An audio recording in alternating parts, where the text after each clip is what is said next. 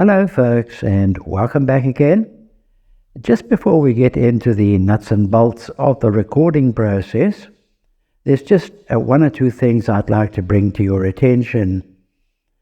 These are lessons that I've basically learned over the 12 odd years that I've been recording, and it's not so much a set of rules, but just a set of logical statements, shall we call them. Let's have a look. Okay, I think one of the first things that you should consider is perspective. Now, there are many levels of recording, stretching right from the complete novice beginner working on his own and right through to the Grammy Award winning producer. Now, where I'm coming from is a home producer, but as a hobbyist. In other words, I just sit in my studio all day long by myself. I don't have any other people coming in, and I record all my instruments, all my vocals, all by myself. Now, if we compare that to a modern production studio, there are many facets to it. The solo producer has to wear many hats. Number one, he is the artist. Number two, he is the recording engineer. He's got to set up the gear, check the microphone balances and the guitar tone and everything like that, and finally push the red record button. After that, he has to become a mixing engineer, where he's going to mix the various tracks all together that were produced that day. Once he has a satisfactory mix, he then becomes the mastering engineer, and he's going to fine-tune that mix and get it set to the correct levels for public performance. And the final hat that he'll wear is the overall producer. In other words, he's going to oversee each and every one of those steps, and he's not going to let anything go unless he is completely satisfied. So that then is one of the challenges of the home producer, and I want to just say that it's a heck of a lot of fun as well. Now, a second point that you should consider is learning to listen critically. And by that I mean, if you listen to any piece of music, not necessarily just your favorite band, you should be able to pick up exactly what's going on in that song. You should be able to identify the individual instruments involved, the vocals, the harmonies. How is the song laid out? Is it quiet in the verses and up in the chorus? What actually is happening? Can you get a good understanding of that? And also, I would highly recommend that when listening, you listen in your studio environment. In other words, if you're using headphones, through those headphones, through your system, so you get to know exactly what the sound should sound like. And so to rule number one, there are no rules. Music is an art, it's not a science. And it's really not as difficult as what you may think.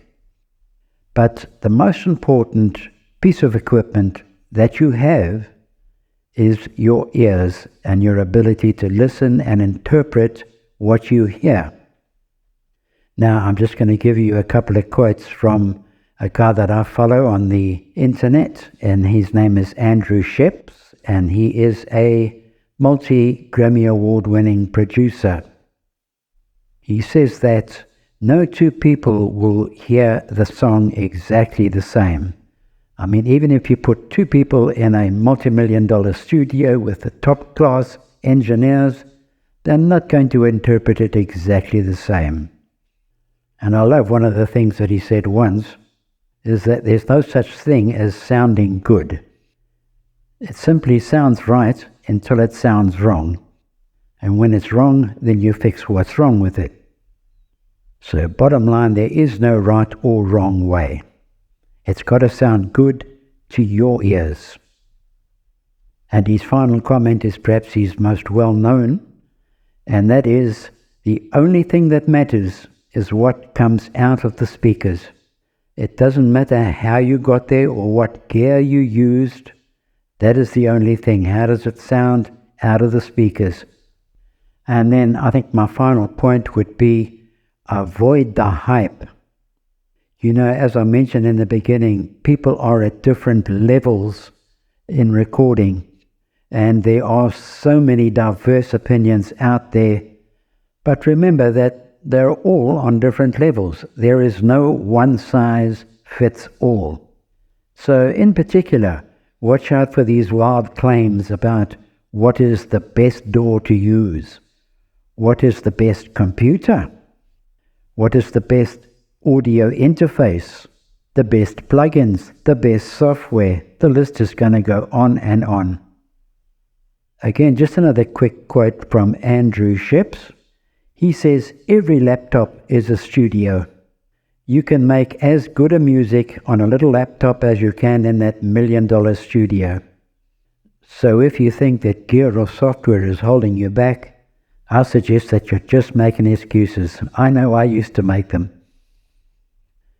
So I'd suggest just start with what you have and you work forward from there.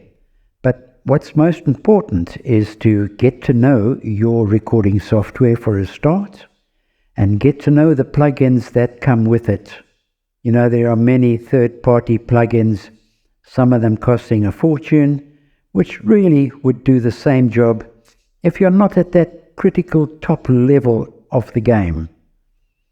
And finally, never forget that your goal is to make music. So don't go chasing down rabbit holes. Make your music and make it fun. Okay, that wraps it for this video.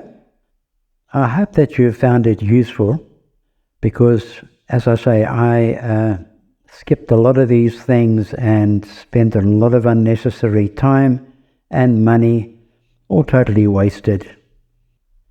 Folks, take care. Thank you for watching, and don't forget my little buddy down in the corner there.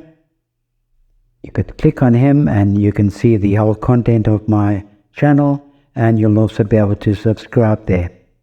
Thank you and take care.